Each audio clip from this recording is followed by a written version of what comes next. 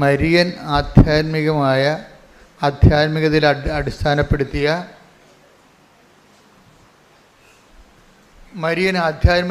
അടിസ്ഥാനപ്പെടുത്തിയിട്ടുള്ള ഒരു ജനകീയമായ ഉടമ്പടിയാണ്.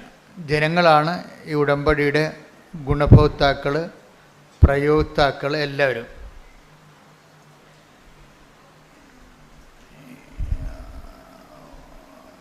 ഇതൊരു ഉടമ്പടി ഒരു താൽക്കാലികമായ ഒരു ചെറിയൊരു കാലഘട്ടം, 90 ദിവസം,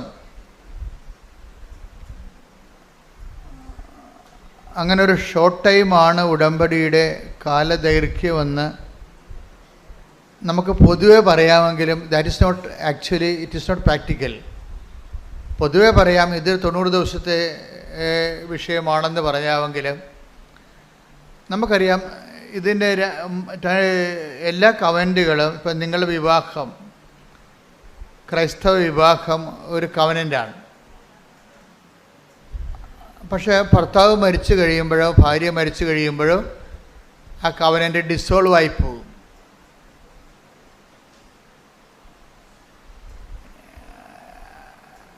ആ കവനൻ്റ് നിലനിൽക്കത്തില്ല. ആരെങ്കിലും ജീവിത പങ്കാളി അവർ തമ്മിലല്ലേ കവനൻ്റ് ഉടമ്പടി. സുഖത്തിലും ദുഃഖത്തിലും സമ്പത്തിലും ദാരിദ്ര്യത്തിലും മരണം വരെ വേറെ ജീവിക്കാവുന്ന ദൈവത്തിൻ്റെ സന്നിധിയിൽ അവർ ചെയ്യുന്ന വാഗ്ദാനമാണ് ഉടമ്പടി. പക്ഷേ അതിൽ ഭർത്താവോ ഭാര്യയോ മരിച്ചു കഴിഞ്ഞാൽ ഉടമ്പടി ക്യാൻസൽഡാവും. നമ്മുടെ ഫിസിക്കൽ ക്യാൻസലേഷനാണ്. മനസ്സുകൊണ്ടൊരിക്കലും നമ്മൾക്ക് ജീവിത പങ്കാളി മരിച്ചു പോയാലൊന്നും ആൾക്കാർ അത് മരണം വരെ അംഗീകരിക്കത്തില്ല. അത് മനസ്സിൽ നമുക്കത് മാറുന്നില്ല. പക്ഷേ സ്ഥാപന ജംഗമ ഭൗതികമായ മേഖലകളിൽ അത് റദ്ദാവും.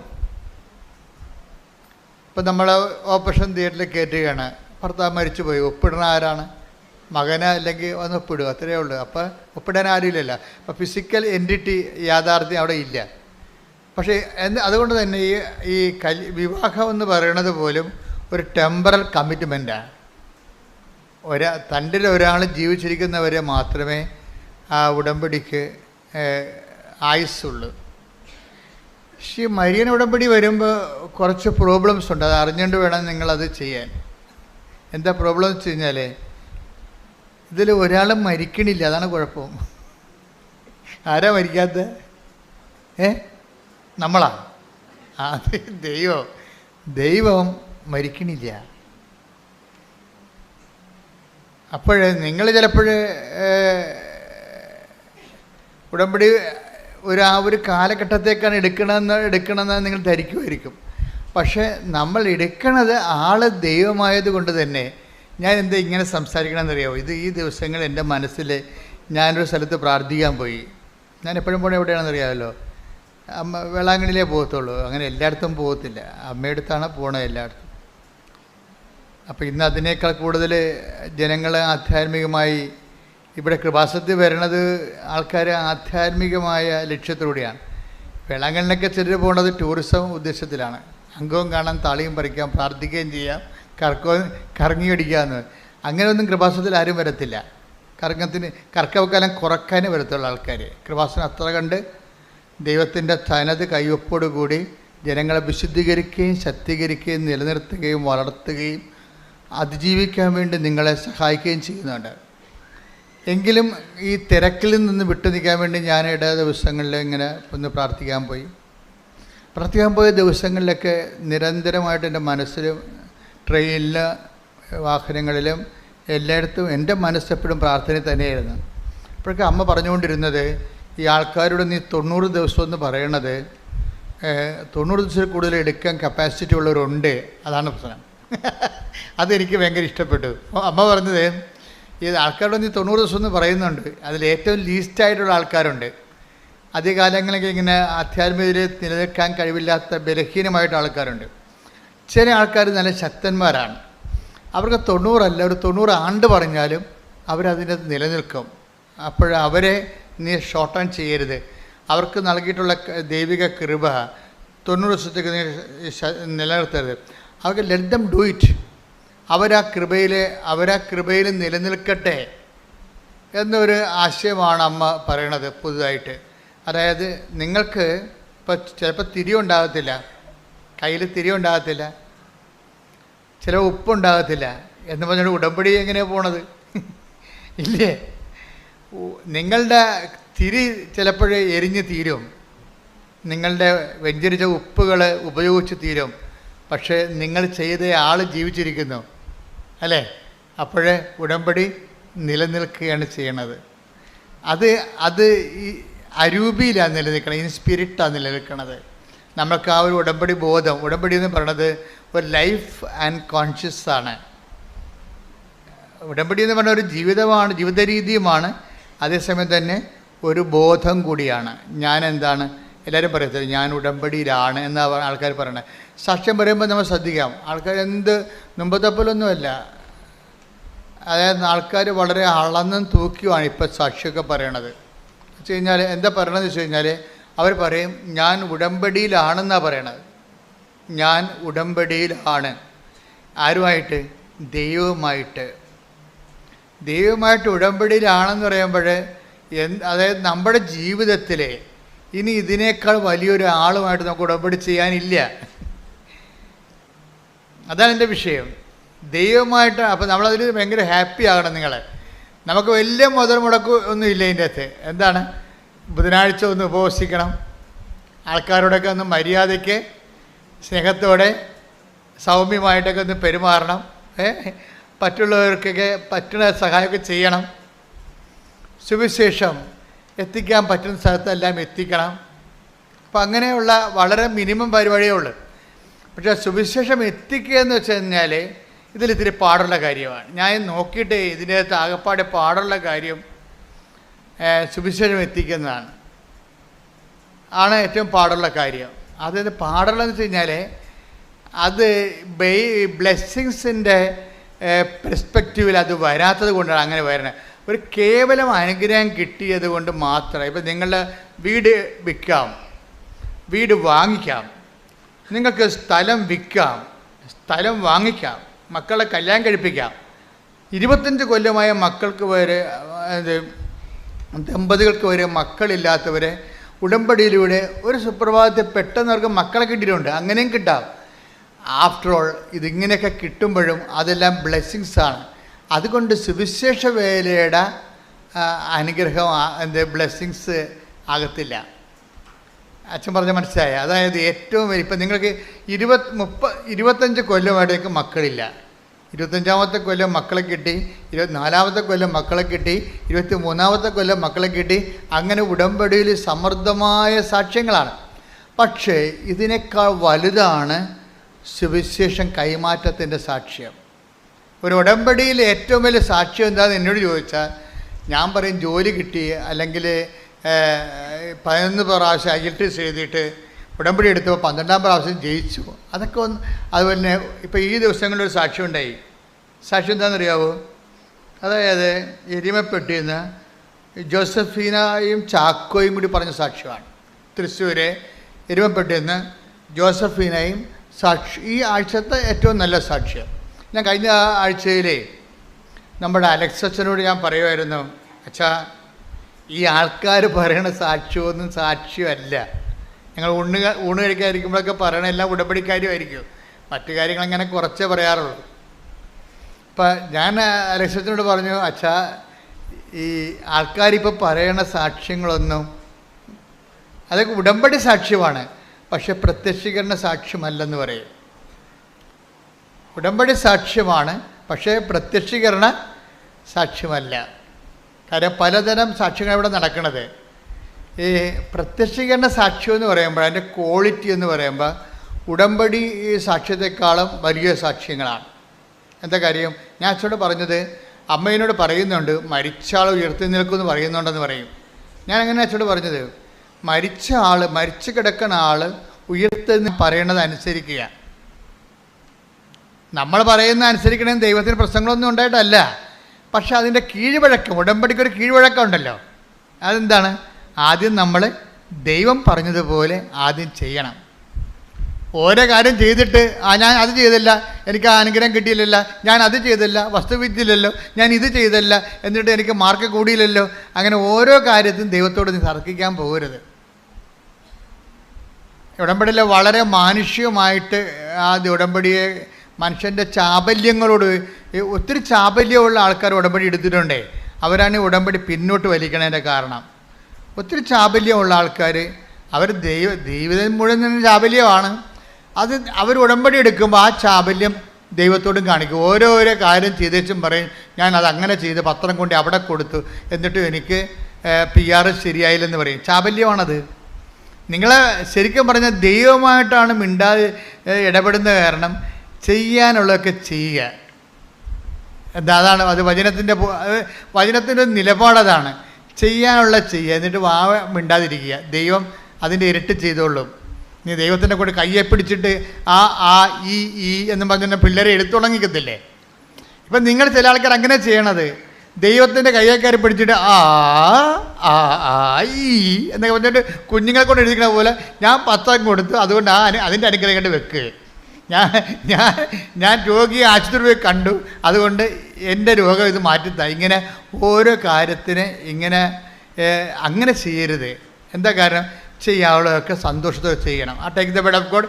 നിങ്ങൾ ചെയ്യാനുള്ളതും ചെയ്തതിന് ശേഷം ഞങ്ങൾ പ്രയോജനരഹിതന്മാരായ ദാസന്മാരാണ്, കടമപദ്ധതി നിർവഹിക്കുക മാത്രമേ ചെയ്തിട്ടുള്ളൂ. അതല്ല അതാ വിഷയം. ദൈവത്തിൻ്റെ നിലപാട് കണ്ട ലൂക്ക 17:10. ലൂക്ക 17:10 നോക്കിയേ. ഇതുപോലെ തന്നെ പറഞ്ഞേ, ഇതുപോലെ തന്നെ നിങ്ങളും കൽപ്പിക്കപ്പെട്ടവയെല്ലാം ചെയ്തതിന് ശേഷം കണ്ട, കൽപ്പിക്കപ്പെട്ടവയെല്ലാം പറഞ്ഞേ, കൽപ്പിക്കപ്പെട്ടതെല്ലാം ചെയ്തതിന് ശേഷം ഞങ്ങൾ പ്രയോജനമില്ലാത്ത ദാസന്മാരാണ് കടമ നിർവഹിച്ചതേയുള്ളൂ എന്ന് പറയുവിൻ. ഇപ്പൊ ദൈവത്തിന്റെ വചനം നിർവഹിക്കണത് എന്താണ്? നമ്മുടെ കടമയാണത്. ഉടമ്പടി എന്താ ചെയ്യണത്? ഇപ്പം ചില കത്തോലിക്കരൊക്കെ വന്ന് ഉടമ്പടി എടുത്ത് ഒരു 3 മാസം കഴിയുമ്പോൾ അവർ പറയവേ, ഇത് പാടൊന്നുമില്ല അച്ഛാ, ഇത് ഉടമ്പടി എടുക്കാതെ തന്നെ നമ്മൾ ചെയ്യേണ്ട കാര്യങ്ങളാണെന്ന്. അത്രേ ഉള്ളു, കറക്റ്റാണത്. ഇത് പാടൊന്നുമില്ല അച്ഛാ, ഇത് ഉടമ്പടി എടുക്കാതെ തന്നെ നമ്മൾ ചെയ്യേണ്ട, രോഗികളെ പോയി കാണേണ്ടതല്ലേ അല്ലേ? പിന്നെ ഇതിൻ്റെ വരണത് രോഗികളെപ്പോയി നമ്മൾ കാണുന്നുണ്ട്. മിക്കവാറും അവർ നമ്മുടെ കൊച്ചാപ്പന, ഇളയമ്മ, അമ്മാവന, അങ്കിള ഒക്കെ ആയിരിക്കുന്നേ ഉള്ളൂ. രോഗികളെ നമ്മൾ കാണേണ്ടതാണ്, പക്ഷെ നമ്മൾ കാണാറുണ്ട്. അതെങ്ങനെയാണ്? കേവലമായ മനുഷ്യക്കാഴ്ചയാണ് കാണുന്നത്. എന്താണ് അത്? കാണുന്ന രോഗികൾ മിക്കവാറും നമ്മുടെ പരിചയക്കാരായിരിക്കും, അല്ലെ പാർട്ടിക്കാരായിരിക്കും. പക്ഷെ അപ്പം കർത്താവ് ചോദിക്കും, എന്താണ്? 5:46 ചോദിക്കും. Take the word of 5:46. Mathai 5:46. നിങ്ങളെ സ്നേഹിക്കുന്നവരെ, നിങ്ങളുടെ ബന്ധുക്കളെ, നിങ്ങളെ സ്നേഹിക്കുന്നവരെ നിങ്ങൾ സ്നേഹിച്ചാൽ നിങ്ങൾക്ക് എന്ത് പ്രതിഫലമാണ് ലഭിക്കുക? ഈ ബന്ധുക്കളെ കാണാൻ നടന്നിട്ട് ഒരു പ്രതിഫലം ഇല്ലെന്ന്. നിങ്ങളുടെ കൊച്ചാപ്പനെയൊക്കെ കാണാൻ നടന്നിട്ടേ ഒരു പ്രതിഫലവും ഇല്ലെന്നാണ് പറയണത്. ആര്? ദൈവം തരുന്നില്ല, അവർ തരുമായിരിക്കും. അവരെഴുന്നേറ്റ് വരുമ്പോൾ ചില വസ്തു എഴുതി തരുമായിരിക്കും. നിങ്ങൾക്ക് അതാണല്ലോ വേണ്ടത്. അതല്ലേ പ്രശ്നം. നിങ്ങൾ ഈ ബന്ധുക്കളൊക്കെ വലിയ ഇങ്ങനെ കുടുങ്ങി ഓടിപ്പോയി കാണുന്നത് എന്താണ്? അതിങ്ങനെ രക്ഷപ്പെട്ട് വന്നാൽ നമുക്ക് വല്ലതും തടയുമെന്നുള്ളതല്ലേ? അതൊക്കെ ദൈവത്തിന് അറിയാം. അതാണ് അവൻ പറയണത്. ഒന്ന് വായിച്ച 5:46 മത്തായി. നിങ്ങളെ സ്നേഹിക്കുന്നവരെ നിങ്ങൾ സ്നേഹിച്ചാൽ നിങ്ങൾക്ക് എന്ത് പ്രതിഫലമാണ് ലഭിക്കുക? ഒരു പ്രതിഫലവും ലഭിക്കത്തില്ലെന്നാണ് ഈ പറയണത്. ഈശോ ഇങ്ങനെ നെഗറ്റീവ് പറയണ ഇഷ്ടമില്ലാത്ത ആളാണ്. അതുകൊണ്ട് ഇങ്ങനെ ചോദ്യം ചോദിച്ച് നമ്മളെ കുരുക്കി കളയുകയുള്ളൂ. നിങ്ങൾക്ക് ഒരു പട്ടിക്കാട്ടത്തിൻ്റെ വിലയും കിട്ടത്തില്ലെന്നാണ് ഈ പറയണത് പച്ച മലയാളത്തിൽ. എൻ്റെ ഭാഷയെ പറഞ്ഞാൽ എന്നുവെച്ചാൽ എന്താണ് പറയണത്? നിങ്ങൾക്ക് എന്ത് പ്രതിഫലമാണ് ലഭിക്കുക എന്നുവെച്ചാൽ സീറോ ബെനിഫിറ്റ്സ് എന്നാണ് പറയുന്നത്. Zero benefits.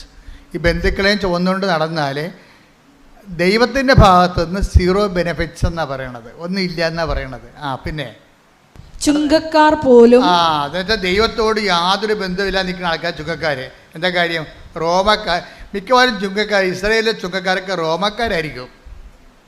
റോമക്കാരെന്നാ ചെയ്യണേ? റോമക്കാരാണ് ഇവിടെ ഭരിക്കണത്. ഇത് നമ്മളെ ഇംഗ്ലീഷുകാർ ഭരിച്ചില്ലേ, അവർ റോമക്കാരാണ് അന്ന് ഈ യെരുശലേം ഭരിച്ചത്. അപ്പോൾ റോമക്കാരെന്ത് ചെയ്യും? അവിടെ സീസറിന് 10 രൂപ കൊടുക്കണമെന്നുണ്ടെങ്കിൽ ഇടനിലക്കാരെല്ലാം കൂട്ടി ഗുണ്ടാപ്പിരിവും എല്ലാം കൂടി കഴിയുമ്പോൾ 100 രൂപ മേടിക്കും ആൾക്കടയ്ക്ക് നിന്ന്. അവിടെ 10 രൂപയെ കൊടുക്കത്തുള്ളൂ, ബാക്കി 100 രൂപ കുറേ പൈസ ഇവരടിച്ചു മാറ്റും. അപ്പോൾ അതുകൊണ്ട് ഈ പുച്ഛമാണ് ചുങ്കക്കാര്. അപ്പം അവരങ്ങനെ എന്താ വെച്ചാൽ ഇവരുടെ ഗുണ്ടകളുണ്ട് കുറേ ആൾക്കാരിപ്പോൾ 10 രൂപ റോമിൽ കൊടുക്കണമെന്നുണ്ടെങ്കിൽ ഇവന്മാർ ആരെ പിടിക്കണം? അതിനകത്ത് ഇടനിലക്കാരുണ്ട് അല്ലേ? അതായത് അവിടെ ജില്ലാ പഞ്ചായത്തിൽ ആളുണ്ട്, ഡിസ്ട്രിക്റ്റിൽ ആളുണ്ട്, ഇതെല്ലാം കഴിഞ്ഞിട്ട് ഗവർണറുണ്ട്. അവർക്കെല്ലാം കിട്ടാവുന്നതെല്ലാം ഓഹരിയിൽ ഇവർ പിരിച്ചു കൊടുക്കണം. അപ്പോൾ ജനങ്ങൾ കൊടുക്കുക, ജനങ്ങൾ കൊടുക്കത്തില്ല. ജനങ്ങൾ കഷ്ടപ്പെട്ടൊക്കെ എന്തുമാത്രം ഇസ്രായേലിലാണെങ്കിൽ അന്നത്തെ കാലത്താണെങ്കിൽ ഒരു കാലാവസ്ഥ ഇല്ലാത്ത സമയമാണ്. കാലാവസ്ഥ അല്പം തെറ്റിയാൽ പണ്ടൊക്കെ ക്ഷാമം വരത്തില്ലേ? ക്ഷാമം വരണം എന്തുകൊണ്ടാണ്? ചില കാലങ്ങളിൽ മഴ തെറ്റിപ്പെയ്യും.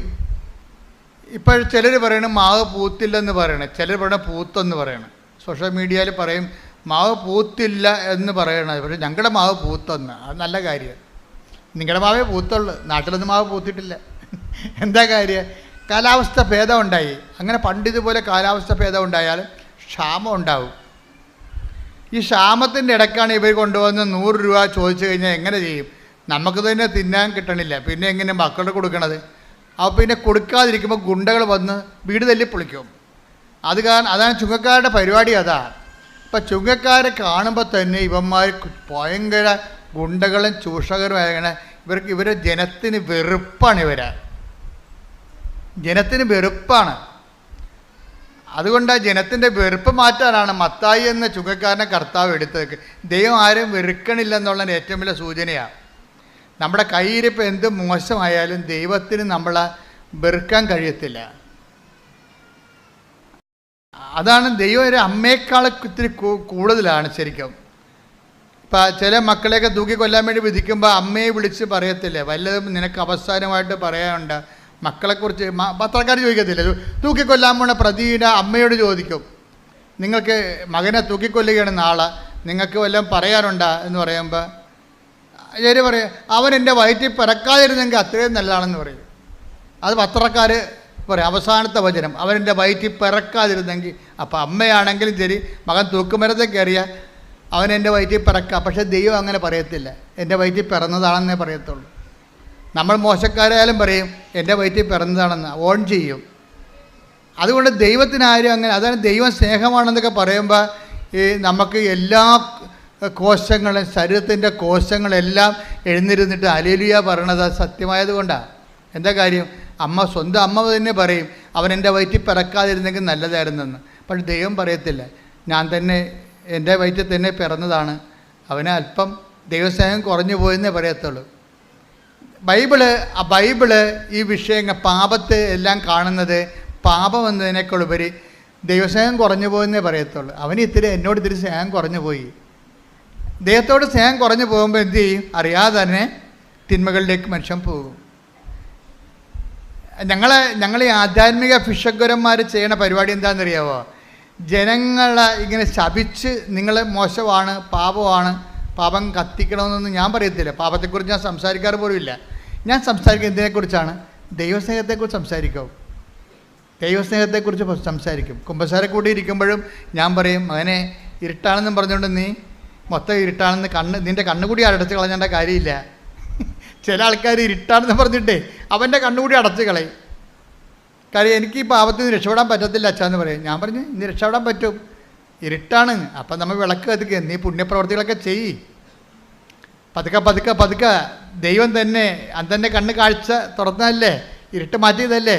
ദൈവം തന്നെ ചില പാപങ്ങളെ നമ്മൾ രക്ഷപ്പെടണമെങ്കിൽ ദൈവം തന്നെ വന്ന് നമ്മുടെ കണ്ണിൽ തൊടണം. അപ്പോൾ നമ്മളെന്ത് ചെയ്യും? അവൻ പറയണ പോലെ ഉടമ്പടി എന്ന് പറഞ്ഞാൽ ഭയങ്കര ഔഷധമാണേ.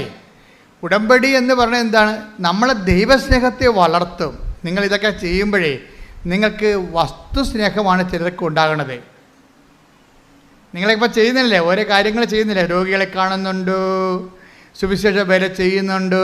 അപ്പം നിങ്ങൾക്ക് പലർക്കും ദൈവസ്നേഹമല്ല ഉണ്ടാകണത്. എന്താ ഉണ്ടാകണത്? വസ്തുസ്നേഹം എന്ന് പറയും, അല്ലെങ്കിൽ വിഷയസ്നേഹം. എന്താണ് കാര്യം? ഞാനിങ്ങനെ ചെയ്യുമ്പോൾ എനിക്ക്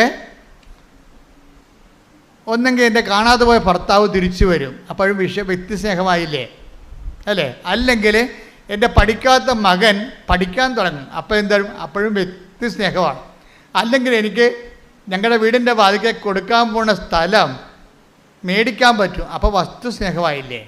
അപ്പോൾ നമ്മൾ ഉടമ്പടിയിൽ വരണത് നിങ്ങൾ ശ്രദ്ധിക്കണം. ഉടമ്പടി ലാഗ് ചെയ്യാനുള്ള കാരണം നിങ്ങളുടെ ഈ ഉടമ്പടിയുടെ സൂചി ഇരിക്കണത് ദൈവസ്നേഹത്തിലല്ല ഇരിക്കണത്. എവിടെയാണ്?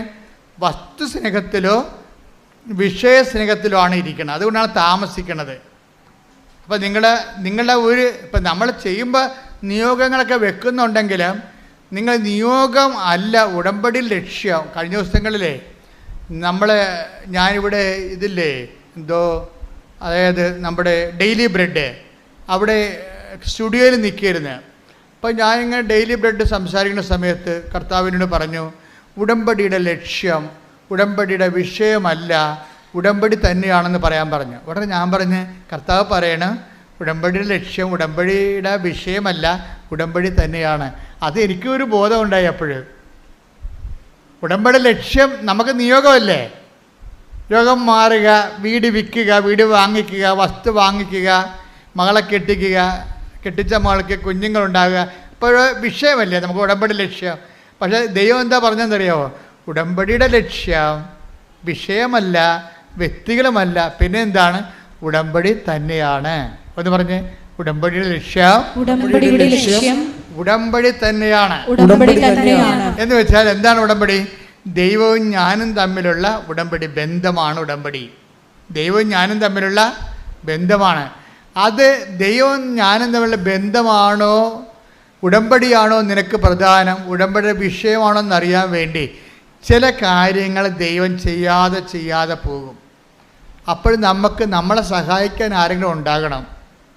അതുകൊണ്ടാണ് ഞാൻ ഇടയ്ക്ക് പരിശുദ്ധാത്മാവിനെക്കുറിച്ച് പറയണത്. ഇപ്പോൾ ഉടമ്പടി ലക്ഷ്യം വിഷയമാണോ വ്യക്തിയാണോ, അല്ല ഉടമ്പടി ലക്ഷ്യം ഉടമ്പടി തന്നെയാണോ, ഉടമ്പടിയുമായിട്ടുള്ള ദൈവത്തോടുള്ള ബന്ധമാണോ എന്ന് നമ്മൾ അറിയാൻ വേണ്ടി ചില കാര്യങ്ങൾ നടക്കാതെ പോകും. അപ്പോൾ നടക്കാതെ പോകുമ്പോൾ നിങ്ങൾ എന്ത് ചെയ്യണം? കർത്താവേ, നടന്നാലും നടന്നില്ലെങ്കിലും ഉടമ്പടിക്ക് മാറ്റമില്ല, കാര്യം എൻ്റെ ബന്ധം നീയുമായിട്ടാണ്. മനസ്സിലായില്ലേ? ഒന്ന് പറഞ്ഞ്, കർത്താവേ ഉടമ്പടി നടന്നാലും നടന്നില്ലെങ്കിലും ഉടമ്പടിയുടെ ലക്ഷ്യം ഉടമ്പടി തന്നെയാണ്. അത് നീയുമായിട്ടുള്ള സ്നേഹവും ബന്ധവുമാണ്. ഉടമ്പടി നടക്കാതിരിക്കുമ്പോഴും അങ്ങ് പറഞ്ഞതുപോലെ ചെയ്തുകൊണ്ട് ഞാൻ എൻ്റെ ജീവിതം ഉടമ്പടിയോടെ മുന്നോട്ട് പോകാൻ എന്നെ അനുഗ്രഹിക്കണമേ. ശ്രുതിക്കട്ടെ.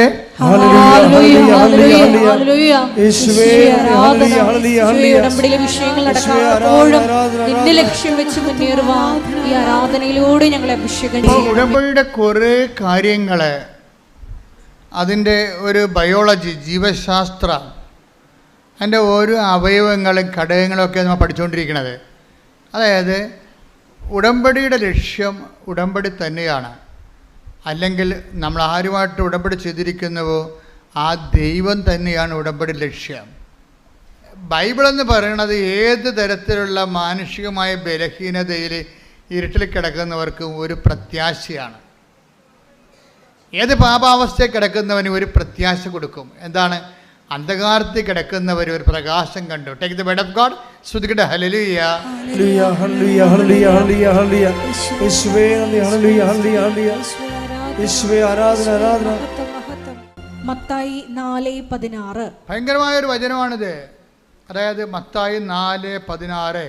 അന്ധകാരത്തിൽ സ്ഥിതി ചെയ്തിരുന്ന ജനങ്ങൾ പറഞ്ഞ അന്ധകാരത്തിൽ സ്ഥിതി ചെയ്തിരുന്ന ജനങ്ങൾ വലിയ പ്രകാശം കണ്ടു. മരണത്തിന്റെ മേഖലയിലും നിഴലിലും വസിച്ചിരുന്നവർക്കായി ഒരു ദീപ്തി ഉദയം ചെയ്തു. അതായത് മരണം എന്ന് പറഞ്ഞാൽ എന്താണ്? പാപം തന്നെയാണ്. പാപത്തിന്റെ ശമ്പളം മരണം. അതാണ് take the word of God. പാപത്തിന്റെ ശമ്പളം മരണം. സ്തുതിക്കട്ടെ. ഹല്ലേലൂയ, ഹല്ലേലൂയ, ഹല്ലേലൂയ. യേശുവേ ആരാധന ആരാധന ആരാധന. യേശുവേ നന്ദി, മഹത്വം മഹത്വം. ഹല്ലേലൂയ ഹല്ലേലൂയ ഹല്ലേലൂയ. റോമ 6:22. റോമ 6:22. പാപത്തിന്റെ വേതനം മരണമാണ്. പാപത്തിന്റെ ശമ്പളം പറഞ്ഞേ, പാപത്തിന്റെ ശമ്പളം മരണമാണ്. മരണമാണ്. റോമായുടെ കൂടെ പാപത്തിന്റെ ശമ്പളം മരണമാണ് എന്ന് പറയുന്ന വചനത്തിന്റെ കൂടെ വായിച്ചേ, മത്തായി 4:16. മത്തായി 4:16. അന്ധകാരത്തിൽ സ്ഥിതി ചെയ്തിരുന്ന ജനങ്ങൾ വലിയ പ്രകാശം കണ്ടു. അന്ധകാരത്തിൽ സ്ഥിതി ചെയ്യുന്ന ജനങ്ങള് വലിയ പ്രകാശം കണ്ടു. മരണത്തിന്റെ മേഖലയിലും. മരണത്തിന്റെ മേഖല എന്ന് പറഞ്ഞാൽ എന്താണ്? അഗ്നിപർവ്വതത്തിന് താഴ്വര എന്നല്ല എൻ്റെ അർത്ഥം, പാപത്തിന്റെ മേഖലയിലെ. പക്ഷേ കാര്യം എന്താണ്? പാപത്തിന്റെ ശമ്പളം മരണമാണ്. അപ്പം മരണത്തിന്റെ മേഖല എന്ന് പറഞ്ഞാൽ എന്താണ്? പാപത്തിന് ഒരു മേഖല തന്നെയുണ്ട്. പാപത്തിന് വലിയൊരു മേഖലയുണ്ട്. അപ്പോൾ ആ മേഖലയിൽ താമസിക്കുന്ന ആൾക്കാരുണ്ട് പാപത്തിന്. അപ്പോൾ ഒരു ഈ പാപത്തിൻ്റെ ഒരു സിൻ സോൺ എന്ന് പറയാവുന്ന സിൻ സോൺ എന്ന് പറയുമ്പോൾ അത് ഒരു പാപമായിട്ട് വരത്തില്ല. ഒരാളിന് ഒരു പാപം ഉണ്ടെങ്കിൽ അതിന് മുഴുവൻ ഒരു സോണിൽ തന്നെ ആ മുഴുവൻ പാപമായിരിക്കും. ഇപ്പം ഞാനൊരു സ്ഥലത്ത് ചെന്നപ്പോൾ ഇവിടെ അതിരപ്പള്ളി പണ്ട് ഞാൻ പോയിട്ടുള്ളതാണ്, 70-75 പോയിട്ടുള്ളതാണ്. അപ്പം അന്ന് പോയപ്പോൾ അവിടെയൊക്കെ എണ്ണപ്പനയില്ലേ. ഇപ്പം ചെല്ലുമ്പോൾ മുഴുവൻ എണ്ണപ്പനയാണ്. കഴിഞ്ഞ ദിവസങ്ങളിൽ കഴിഞ്ഞ 2-3 മാസം മുമ്പ് ഞാൻ പോയപ്പോൾ ആ എണ്ണപ്പനയുടെ ആ കാട്ടിക്കുടിയൊക്കെ വെറുതെ ചുമ്മാ പ്രാർത്ഥിച്ചുകൊണ്ട് പോയി. എന്താ പോയെന്ന് വെച്ചാൽ ഭയങ്കരമായൊരു കുളിർമയാണ്. അപ്പം അത് ഈ പെണ്ണപ്പനയുടെ മേഖലയാണ്. ഇതുപോലെ ഒരു പനയായിട്ടൊന്നും ഉണ്ടാകത്തില്ല. പാപത്തിൻ്റെ ഒരു പനയായിട്ടുണ്ടാകത്തില്ല, ഒരു മേഖലയായിരിക്കും ഉണ്ടാകണത്. ഈ മേഖല, പാപത്തിൻ്റെ മേഖലയിൽ എന്ത് ചെയ്യണം? അവൻ വലുതാകണം, ഞാൻ ചെറുതാകണം. അപ്പം ഞാനെന്ന് പറഞ്ഞ കാര്യം അത്ര കുറച്ച് അട്ടേക്കപ്പെടക്കൂടി. അവൻ വലുതാകണം, ഞാൻ ചെറുതാകണം. യോഹന്നാൻ 3:30. യോഹന്നാൻ 3:30. അവൻ വളരുകയും. അവൻ എന്ന് പറഞ്ഞാൽ ആരാണ്? അയാള്. ഉടമ്പടിയിൽ എന്താ സംഭവിക്കേണ്ടത്? യോഹന്നാൻ 3:30 സംഭവിക്കണം. എന്താണ്? അവൻ വലുതാകുകയും ഞാൻ കുറയുകയും വേണം. അവിടെയാണ് ഒരു പ്രശ്നം. അപ്പോൾ 2 പ്രോസസ്സാണ് നടക്കുന്നത് ഒരേ സമയത്ത്. എന്താ കാര്യം? അവൻ വലുതാകുകയും ചെയ്യണം, പിന്നെ എന്താണ്? ഞാൻ കുറയുകയും ചെയ്യണം. യോഹന്നാൻ കുറയണ കാര്യമല്ല, ഞാൻ എന്ന് പറയുന്ന ഒരു സംഭവമില്ലേ. എന്താണ് ഞാനെന്ന് പറയുന്നത്? എന്താണ്? അഹം. ക്രിസ്ത്യാനിറ്റി ഒരിക്കലും അഹം ബ്രഹ്മാസ്മി എന്ന് പറയത്തില്ല. എന്താ കാര്യം? അഹത്തിന് ബ്രഹ്മാസ്മി ആകാനൊന്നും പറ്റത്തില്ല. അവിടെ ഞാനെന്ന് പറയുന്ന സംഭവമുണ്ട്. എന്താ കാര്യം? ഞാനെന്ന് പറയുന്നത് എന്താണ്? ഞാൻ, ബൈബിൾ പറയും, ഞാൻ ദുർഭകനായ മനുഷ്യൻ. ആരെങ്കിലും എന്നെ രക്ഷിച്ചാൽ മാത്രമേ ഞാൻ രക്ഷപ്പെടത്തുള്ളൂ. എന്താ കാര്യം? എന്നെക്കൊണ്ട് തന്നെ എന്നെ രക്ഷിക്കാൻ പറ്റത്തില്ല. പിന്നെ അതാണ് അത്. Take the word of 7:24. റോമ 7:24. ഞാൻ ദുർഭകനായ മനുഷ്യൻ. ഇതാണ് ഞാൻ എന്ന് പറയണത്. എന്താണ് ഞാൻ? എന്താണ്? ഒരു ഗതികെട്ട മനുഷ്യനാണ്. എന്താണ്? ഞാൻ ഇച്ഛിക്കുന്ന നന്മയല്ല. Take the word of God. വായിച്ചോളൂ. ഞാൻ ദുർഭകനായ മനുഷ്യൻ, മരണത്തിന് അധീനമായ ഈ ശരീരത്തിൽ നിന്ന്. അവിടെ മരണമെന്ന് പറഞ്ഞാൽ പാപമാണ് എന്ന് പറഞ്ഞാൽ ഞാൻ ദുർഭകനായ മനുഷ്യൻ. പാപത്തിന്. അപ്പം മരണത്തിന് എന്നാണ് എഴുതിയിരിക്കണമെങ്കിൽ നമുക്ക് ബൈബിളിൻ്റെ സ്പിരിറ്റ് എന്ന് പറയുന്നത് മരണമെന്ന് പറഞ്ഞ ഉടനെ പാപമെന്ന് നമ്മൾ വായിക്കേണ്ടി വരും, തർജ്ജമ ചെയ്ത് വായിക്കേണ്ടി വരും. എന്താ? ഞാൻ ദുർഭകനായ മനുഷ്യൻ പറഞ്ഞേ. പാപത്തിന്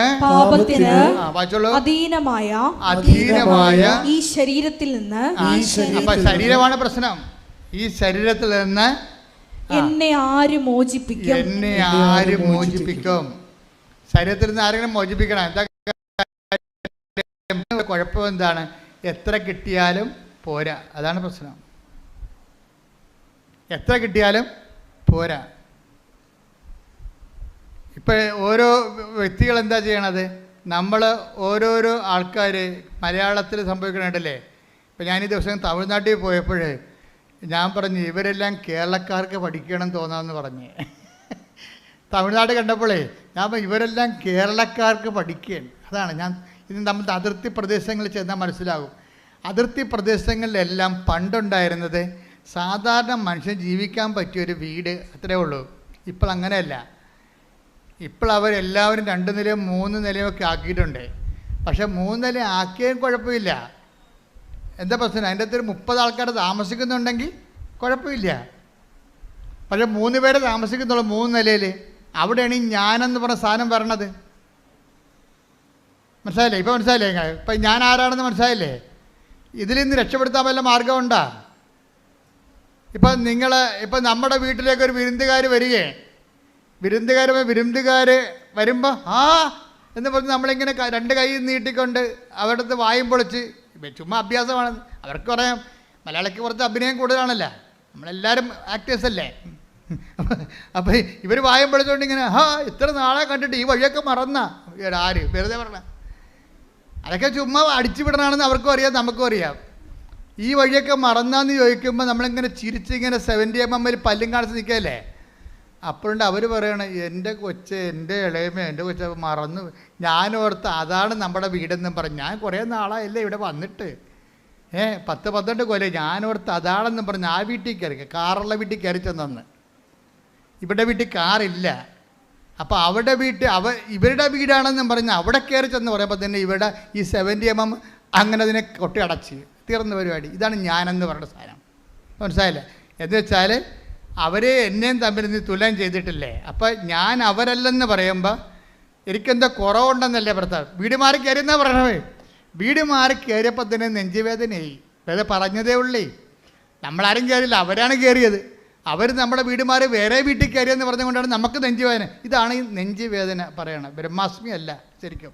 നെഞ്ചുവേദന കണ്ടവൻ്റെ വീട് നമ്മളെക്കാൾ ഇത്തിരി വലുതാണെന്ന് പറയുമ്പോൾ ഉണ്ടാകുന്ന ഞാനില്ലേ, അതാണ് നെഞ്ചുവേദന അവിടെ എടുക്കണം.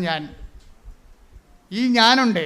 ഈ ഞാൻ ആര്? അത് ബൈബിൾ ചോദിക്കണത് എന്താണെന്ന് ചോദിച്ചു കഴിഞ്ഞാൽ, ഈ ഞാൻ ആര് രക്ഷിക്കും ഈ അഹംഭാവത്തിൽ നിന്ന്? അത് തന്നെ ജീസസിനെ ഇൻട്രൊഡ്യൂസ് ചെയ്യുമ്പോൾ തന്നെ യോഹന്നാൻ പറയും, ഇവനെ ഇൻട്രൊഡ്യൂസ് ചെയ്യാനൊക്കെ എനിക്ക് ഇഷ്ടമാണ്. ഇവൻ ഭയങ്കര പുള്ളിയാണ്. ഇവൻ ലോകത്തിൻ്റെ പാപങ്ങൾ നീക്കാൻ വന്നിരിക്കുന്ന ആളാണ്. എന്നോട് അപ്പ ഇതൊക്കെ പറഞ്ഞിട്ടുണ്ട്, പക്ഷെ നിങ്ങളോട് പറഞ്ഞിട്ട് കാര്യമില്ലെന്ന്. എന്ത് വല്ലാത്ത പറച്ചിലാണ് യോഹന്നാൻ പറയണത്. അതായത് ഇന്ന് യേശുവിൻ്റെ ജ്ഞാനസ്നാനത്തിൽ തിരുനാളല്ലേ. ഇപ്പം എന്താ യോഹന്നാൻ പറയണത്? ഇവൻ ഭയങ്കര പുള്ളിയാണ്. ഇവൻ ആരാണ്? യോഹന്നാൻ 1:29 പറയും, ഇവൻ ലോകത്തിൻ്റെ പാപങ്ങൾ നീക്കാൻ വേണ്ടി അപ്പ പറഞ്ഞു വിട്ടിരിക്കുന്ന ആളാണ് ഇവൻ. പക്ഷെ നിങ്ങളോട് പറഞ്ഞിട്ട് കാര്യമില്ല. എന്താ കാര്യം? ഇവനും വളരണമെങ്കിലേ ഞാൻ ചെറുതാകണമെന്ന്. അതാണ് വിഷയം. കൈയടിക്കട്ടെ, ശ്രദ്ധിക്കട്ടെ. ഹല്ലേലൂയ, ഹല്ലേലൂയ, ഹല്ലേലൂയ, ഹല്ലേലൂയ, ഹല്ലേലൂയ, ഹല്ലേലൂയ, ഹല്ലേലൂയ, ഹല്ലേലൂയ. നിൽക്കത്തില്ല. ഞാൻ എന്നുള്ള സംഭവം നിലക്കത്തോളം കാലം ആ ഞാൻ ഉണ്ടാക്കുന്ന റിസൾട്ടിൽ പാപത്തിൻ്റെ ഒരു മേഖല ഉണ്ടാകും. അതാണ് അന്ധകാരത്തിൽ സ്ഥിതി ചെയ്തിരുന്ന ജനം ഒരു പ്രകാശം കണ്ടു എന്ന് 4:16 പറയുമ്പോൾ, മരണത്തിൻ്റെ നിഴൽ വീണ മേഖലയിൽ താമസിക്കുന്നവർ, മരണത്തിൻ്റെ നിഴൽ വീണ മേഖലയാണ്. ഇപ്പോൾ ഒരു പാപമായിട്ട് ഒരാൾക്കുണ്ടാകത്തില്ല. അതിലേറ്റവും വലിയ പാപം നിങ്ങൾ ഓർക്കും സെക്സാണെന്ന് വിചാരിക്കും. ബൈബിൾ സെക്സിനല്ല പ്രാധാന്യം കൊടുക്കുന്നത്. 6ാമത്തെ സ്ഥാനമേ സെക്സിനുള്ളൂ. നമ്മൾ പറഞ്ഞ് സെക്സ് ഒന്നാക്കിയതാണ്. മനസ്സിലായില്ലേ? കാര്യം ബൈബിളിൽ സെക്സ് എന്ന് പറഞ്ഞ സംഭവത്തിന് 6ാമത്തെ സ്ഥാനമേ ഉള്ളൂ. കാരണം 6ാമത്തെ കൽപ്പനയാണ് വ്യഭിചാരം ചെയ്തതെന്നുള്ളത്. വ്യഭിചാരം ചെയ്തെന്നുള്ള 6ാമത്തെ കൽപ്പനയാണ്. 1ാമത്തെ കൽപ്പന അല്ല. 1ാമത്തെ കൽപ്പന ആരാണ്? വേറെ ഒരു ഞാനുണ്ടെന്നാണ് പറയണത്. എന്താണ്? നിന്റെ കർത്താവ് ദൈവം ഞാനാകുന്നു. കൈയടിക്കട്ടെ, ശ്രദ്ധിക്കട്ടെ. ഹല്ലേലൂയ. പുറപ്പാട് 20:3 ഞാനല്ലാതെ വേറെ ദേവന്മാർ മറ്റൊരു ദേവന്മാർ നിനക്കുണ്ടാകരുത്. അതാണ് ഞാൻ. എന്താ ഇപ്പം പറയണത്? ഈ ഞാൻ എന്ന് പറയുന്ന ദൈവം നമ്മൾ വളരുകയും ഈ ജഡത്തിലുള്ള ഞാൻ ചെറുതാകുകയും ചെയ്യണം. ബൈബിളിൻ്റെ ഒരു ഇക്വേഷൻ അതാണ്. അതായത് ദൈവമാകുന്ന ഞാൻ എന്നിൽ വളരണം. ക്രിസ്തുവിന് അങ്ങനെ ഒരു ടെൻഡൻസി ഉണ്ട്. ക്രിസ്തു എല്ലാ കാലത്തും ഒരുപോലെ ഇരിക്കത്തില്ല. എന്താണ്? ക്രിസ്തുവിനെ നമുക്ക് ലഭിച്ചാൽ അതിൻ്റെ ടെൻഡൻസി എന്താണ്? വളർന്നുകൊണ്ടേയിരിക്കും നമ്മളിൽ. അപ്പോൾ എന്ത് ചെയ്യും? നമ്മൾ ഞാനെന്ന് പറയുന്ന ജഡിക ഞാൻ, എൻ്റെ ഇച്ഛാശക്തി, ഇപ്പം നമുക്കുണ്ടാകുന്ന വൈരാഗ്യങ്ങളില്ലേ, ബൈബിളിൽ ക്ഷമിക്കാനൊക്കെ പറയത്തില്ലേ? പിന്നെ എൻ്റെ പട്ടി ക്ഷമിക്കും. ഏത് പട്ടിക്കൊരു കാലം ഉണ്ടാവും, ഏത് പുളിച്ചും പൂക്കും, എൻ്റെ പുളിച്ചും പൂക്കും. അപ്പോൾ ഞാൻ അവിടെ ആരെങ്കിലും എന്തെങ്കിലും നമ്മൾ അവോയ്ഡ് ചെയ്ത് കഴിഞ്ഞാൽ ഉടനെ ഹർട്ടാകും നമ്മൾ. ഇതാണ് ഞാൻ, ജഡിക ഞാനെന്ന് പറയുന്നത്. ഈ ദൈവം നമ്മൾ വളർന്നു കഴിയുമ്പോൾ അതൊക്കെ നമ്മൾ കണ്ടില്ല കേട്ടില്ല എന്ന് വെക്കും. പോകാൻ പറ, പൊയ്ക്കട്ടെ, കളയട്ടെ. ദൈവനാമത്തിൽ നമ്മളത് കണ്ടില്ലെന്ന് വെക്കും. ഈ ക്ഷമ വളരുമ്പോൾ അതിൻ്റെ കൂടെ ക്ഷമ എന്ന് പറയുന്നത് എന്താണ്? സഹിക്കുന്ന സ്നേഹമാണ്. അതാരാണ്? ക്രിസ്തു തന്നെയാണ്. ക്രിസ്തുവിൻ്റെ അനുഭവ തലങ്ങളാണ് സഹിക്കുന്ന സ്നേഹം. ഇപ്പം സഹിക്കുന്ന സ്നേഹമാണ് നിന്നിൽ വളർന്നു വരണമെന്നുണ്ടെങ്കിൽ, ഇപ്പം നിൻ്റെ അയൽവാസി പല പരിപാടിയും കാണിച്ചിട്ടുണ്ട്. ഏറ്റവും വലിയ അയൽവാസി കാണിക്കുന്ന പരിപാടി എന്താണ്? വേസ്റ്റ് കൊണ്ടുപോകാൻ നമ്മുടെ മുറ്റത്തിലും അല്ലെങ്കിൽ നമ്മുടെ വെയിലിപ്പുറത്തിലും നമ്മളില്ലാത്ത സമയത്ത് നോക്കി നമ്മുടെ സാധനം എടുത്തുകൊണ്ട് പോകും. എൻ്റെ അച്ഛൻ എങ്ങനെ പ്രാർത്ഥനയ്ക്ക് വരാണ്? മനുഷ്യൻ്റെ കണ്ണ് വെട്ടി അപ്പം അടിച്ചുകൊണ്ട് പോകുമെന്ന് പറയും. അതുകൊണ്ട് പ്രാർത്ഥനയ്ക്ക് വരാതെ നീ ഉരലെ കെട്ടിപ്പിടിച്ച് വീട്ടിലിരിക്കണവരുണ്ട് പാവത്തുങ്ങൾ. കൊണ്ടേ തിന്നെ, നീ കൊണ്ടുപോയ കർത്താവ് എനിക്ക് തരുമെന്ന് പറഞ്ഞ് പോരണ്ടേ? അപ്പോൾ എന്താണ്? കർത്താവ് നിന്നെ വളരുന്നു. കൈയടിക്കട്ടെ.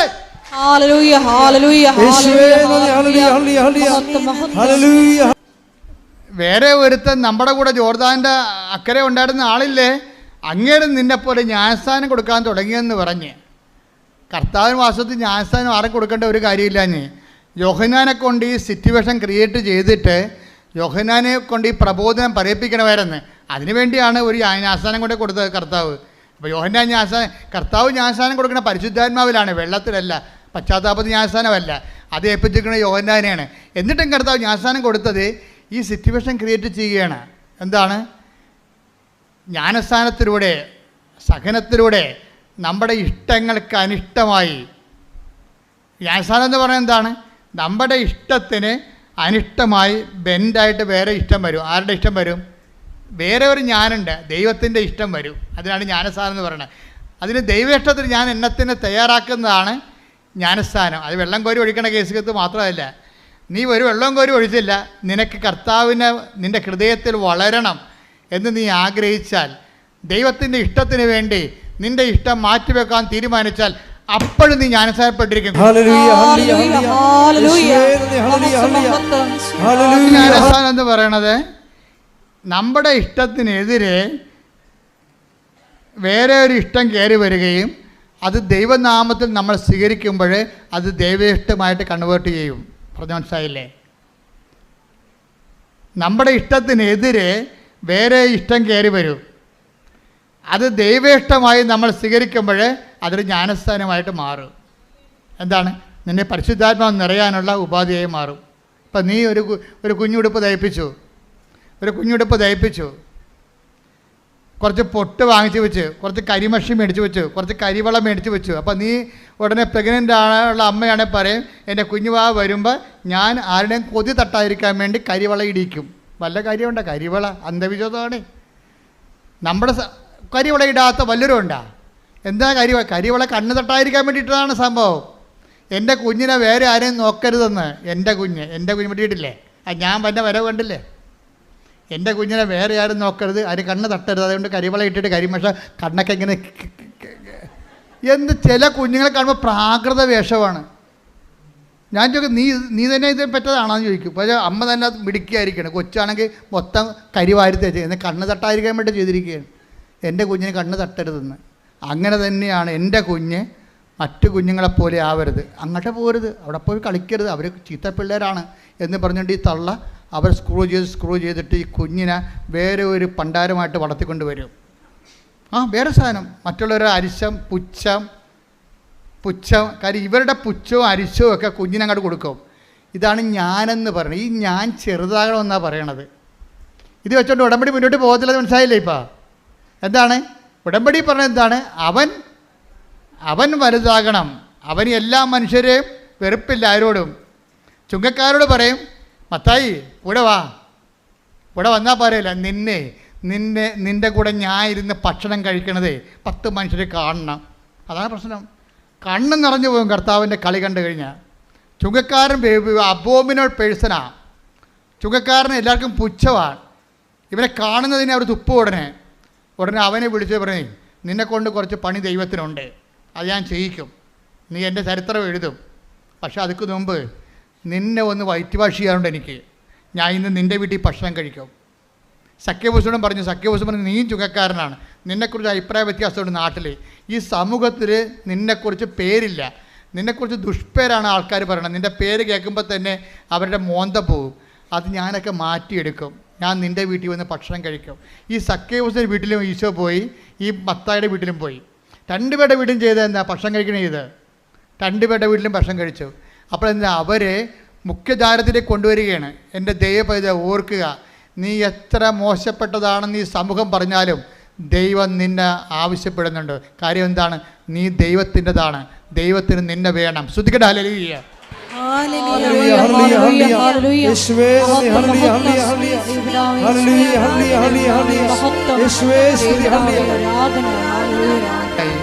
സഖ്യേവൂസും മത്തായിനെയും ദൈവം സ്നേഹിക്കുന്നുണ്ട് എന്ന് മനസ്സിലായി. അപ്പോൾ അവിടെ നിന്ന് ആൾക്കാരൊക്കെ പറയും, നിങ്ങളും വാ എന്ന് വേദിക്ക ഇങ്ങനെ തലപൊക്കി നിൽക്കുന്ന ആൾക്കാരൊക്കെ വിളിക്കും മത്തായിയുടെ വീട്ടിൽ നിന്ന്. അവരും വന്ന്, അവർ പണ്ട് മത്തായിനെ പുച്ഛിച്ച ആൾക്കാരൊക്കെയാണ്, അവരും വന്ന് അവിടെ കൊണ്ടുവന്ന് ഭക്ഷണം കഴിച്ചിട്ട് ഇവരെ ഈ സ്നേഹത്തിൻ്റെ മുഖ്യധാരയെ കൊണ്ടുവരും. സഖ്യഭൂഷനാണെങ്കിൽ വല്ലാത്ത രണ്ടുപേരും പറഞ്ഞ്, മത്തായി പറഞ്ഞ്, കർത്താവേ എനിക്ക് പണി വേണ്ട കേട്ടോ, നിൻ്റെ സ്നേഹം ഉണ്ടെങ്കിൽ നിന്നെ തന്നെ മതി, ഞാൻ നിൻ്റെ കൂടെ വല്ല എഴുത്തും കുത്തുമായിട്ട് നടന്നേക്കാം.